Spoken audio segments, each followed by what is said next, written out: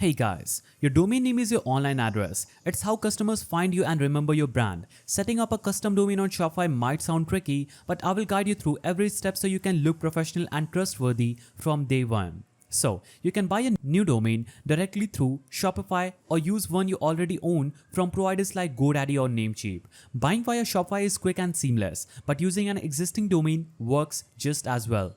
So log into your Shopify dashboard, click on settings icon at the bottom left of the screen, navigate to domains tab from these options. So you will see just right here, click on domain and you will get two options. Buy a new domain, connect an existing domain, also change to a new myshopify.com domain. So if you want to buy a new domain, click the buy new domain button and type your desired name. Click buy after the domain that you want to buy. So basically pick an available option and Shopify handles the purchase and setup automatically. No tech headaches. Just enter your contact information, complete this payment and you would have successfully bought that domain. Now, if you want to connect an existing domain, click on this button and you will see this page. You'll have to enter your domain. So enter your domain name, then Shopify will give you DNS records to update on your domain provider's website.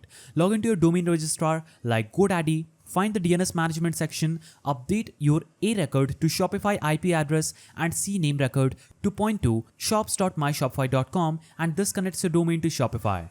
Back in Shopify, click verify connection. Once Shopify confirms, set your custom domains as the primary domain so all visitors can see your brand address. Also, DNS changes can take anywhere from few minutes to 48 hours to fully propagate worldwide. So be patient, your store will soon be live on your own domain. Also, a custom domain boosts your brand's credibility and SEO, so it's worth the effort. Plus, Shopify makes it simpler than you think. So that's the simple way through which you can do this. If you found this guide helpful, please don't forget to give it a thumbs up and thanks for watching.